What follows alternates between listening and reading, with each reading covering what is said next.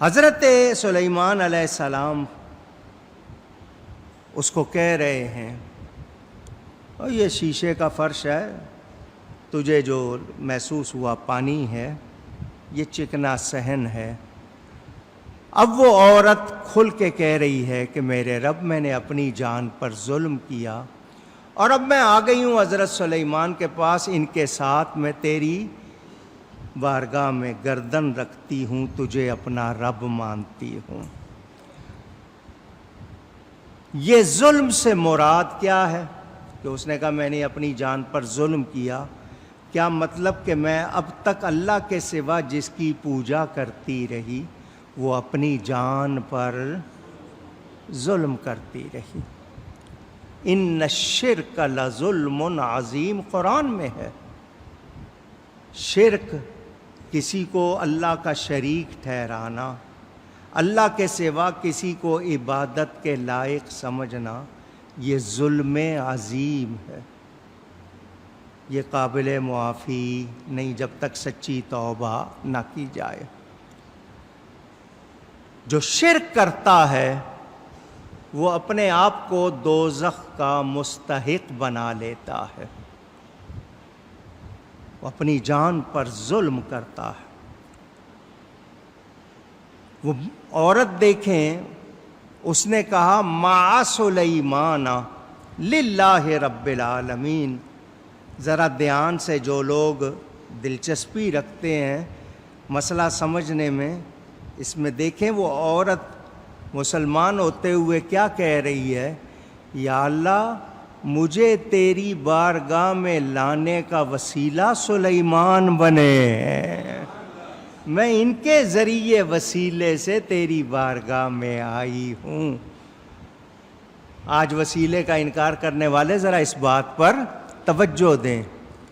حضرت سلیمان پیغمبر کے ساتھ آ رہی ہوں، اگر میں قابل قبولیت نہیں ہوں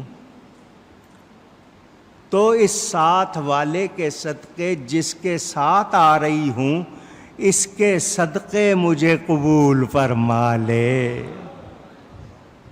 مسلمان ہو رہی ہے، کتنا اچھا پیغام دے رہی ہے۔ ہم بھی اسی لیے کہتے ہیں یا اللہ تیری بارگاہ میں ہاتھ اٹھاتے ہیں، دعا کرتے ہیں۔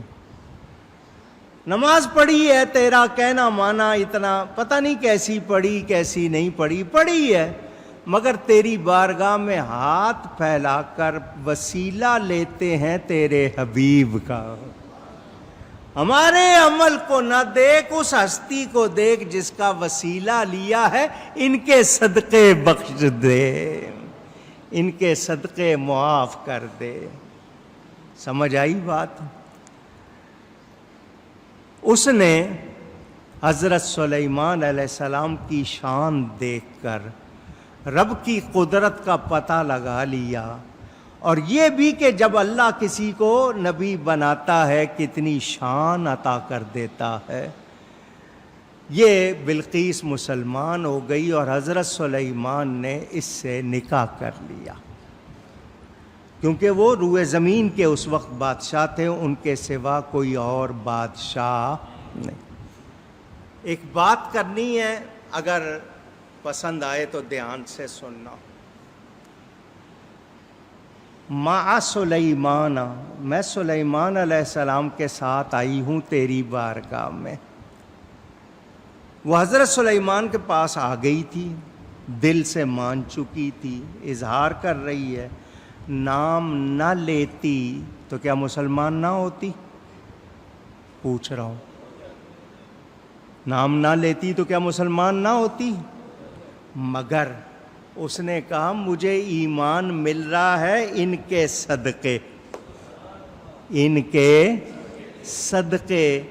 اب اتنی سمجھدار عورت، پہلے خط گیا ہے اس کے پاس، اس نے اجلاس بلایا وزیروں کا کہ یہ میرے پاس خط آیا ہے، بولو کیا کہتے ہو؟ کہو لڑیں گے جی، کمزور نہیں ہے، مقابلہ کریں گے۔ عورت تھی سمجھدار، دیکھ لیا پرندہ خط لایا ہے، جنوں پر حکومت ہے، آن کی آن میں باتیں ہو رہی ہیں۔ اس نے کہا مار کھا کے مانو گے، بہتر نہیں ہے کہ بغیر مار کھائے مان لو؟ کیونکہ نبی سے مقابلہ ہو سکتا؟ اونچی، اتنی سمجھدار. پھر بقول بعض کہ اس نے سوال لکھے، ایسے سوال جن کے جواب نبی کے سوا کوئی نہیں دے سکتا تھا. اس نے سوال بھیجے، حضرت نے جواب دے دیے. اس کو یقین ہو گیا واقعی یہ اللہ کے نبی. دل میں مان چکی ہے، احتیاطاً اعلان نہیں کر رہی، قوم مخالف ہو جائے گی، میں عورت بھی ہوں، کمزور بھی ہوں، اور یہاں سارے وہ ہیں، میں اکیلی اگر اعلان کروں گی تو بات نہیں بنے گی. مزہ تو تب ہے نا کہ یہ سب کے سب ایمان لائیں. اور ایمان کیسے لائیں گے؟ جب میں نبی کی فرما بردار ہو جاؤں گی، ان کا لشکر میرا لشکر ہو جائے گا، یہ سارے مانیں گے. بڑی سمجھداری کرتی ہوئی آ رہی ہے، چل پڑی ہے. حضرت سلیمان نے تخت منگوا لیا، تخت میں تھوڑی سی تبدیلی کر دی. وہ جواب بھی بڑے پیارے دے رہی ہے. اس کے جواب ایک ایک چیز سے واضح ہو رہا ہے تو عورت مگر کیا ہے؟ سمجھدار ہے. تو عورت مگر جو بات کرنی ہے، ناراض نہ ہوں، بات ایمان کی ہے. عورتوں کے لیے فرمایا ناقصات و عقل و ناقصات و دین. عورت عقل میں بھی ناقص ہوتی ہے، دین میں بھی ناقص ہوتی ہے. مردوں کو مل گیا ہتھیار، میں نے سنا دیا. سارے عورتوں سے کہیں گے تم دین میں بھی ناقص ہو اور عقل میں بھی ناقص ہو، آپ تو یہ کہنا شروع کر دیں گے. مگر حدیث کے آگے بھی الفاظ ہیں، اچھے اچھوں کی عقل چلا دیتی ہے. خود تو عقل میں ناقص ہے، مگر اچھے اچھوں کی عقل کیا کچھ کروا لیتی ہے آپ سے. کچھ کو تو تجربہ ہوگا، باقی سنتے ہوں گے. اب سنیں، دین کا نقص کیا ہے؟ اس کو مہینے میں کچھ دن ہوتے ہیں نماز نہیں پڑھ سکتی، قرآن نہیں پڑھ سکتی، روزہ نہیں رکھ سکتی. یہ اس کے دین کا نقص ہے. عقل کا نقص کیا ہے؟ کہ اس کی عادی گواہی ہے. کیا ہے؟ اونچی. آج کل کے لبرل کہرانے والے اس بات کو سمجھتے نہیں ہیں اور کہتے ہیں دیکھو اسلام میں عورت کی گواہی عادی ہے. تمہیں جس دن سمجھ آ جائے گی اس دن سلام کرو گے. دین کے معاملے میں لبرل بنتے ہو، باقی جگہوں پہ تو نہیں کرتے ہو نا، یہیں آ کے بنتے ہو. مسئلہ صرف یہیں آتا ہے. یہ عورت کو جو عادی گواہی دی گئی ہے، یہ بھی عورت کا بھرم رکھنے کے لیے کیا گیا. عورت کی عزت ہے اس میں، توہین نہیں ہے. کیا ہے؟ دوسری یاد دلاتی ہے اس کو، دو ہو جائیں تو وہ ذرا دل کڑا کر لیتی ہیں. اکیلی ہو تو گھبرا جاتی ہے، اس کے ساتھ مسئلے آ جاتے ہیں، کوئی گواہی دینی ہو، کوئی بات کرنی ہو، روب ہو جاتا ہے. دوسری ہوتی ہے ہمت ہوتی ہے، اس کی عزت کی بات ہے. لیکن تمہیں یہ سمجھ نہیں آئی. یاد رکھنا کہ عورت تھی مگر کتنی سمجھدار تھی، اور اس سمجھداری نے اس کو کیا سکھایا؟ نبی کا غلام بننا. نبی کا اکڑ نہیں سکھائی. میرا جسم میری مرضی کا اس نے پلے کارڈ نہیں اٹھایا. میں عورت ہوں تو کیا ہوں، میں بھی تو بادشاہ ہوں، میرے پاس تخت ہے، فوج ہے. نہیں، سمجھدار تھی، نبی کی غلام بنی. پتہ چلا عورت کی عزت دین سے ہے، عورت کی عزت ایمان سے ہے. ایمان کے بغیر جو حال عورت کا تھا وہ پڑھ لو. اسلام وہ واحد دین ہے جس نے عورت کو عزت دی ہے، اور کتنی دی ہے پڑھے نا. عورتوں کو جس دن صحیح معلومات ہو گئیں، اپنے حقوق معلوم ہو گئے نا، یہ سارے لبرل پریشان ہو جائیں گے. یہ تو عورتوں کی مہربانی ہے جو وہ گھرداری کرتی ہیں، سب کچھ چلاتی ہیں، ان کا بھی بھلا ہے اس میں، اور گھر بھی چلتے ہیں.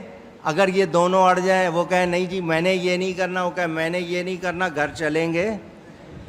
پوچھ رہا ہوں.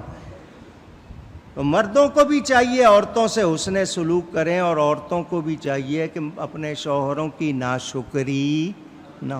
حضور صلی اللہ علیہ وسلم نے فرمایا میں نے دوزخ میں عورتیں زیادہ دیکھیں، کیوں؟ پوچھ لیا حضور کیوں؟ فرمایا اپنے شوہروں کی ناشکری ہوتی ہے، ناشکری کرتی ہے۔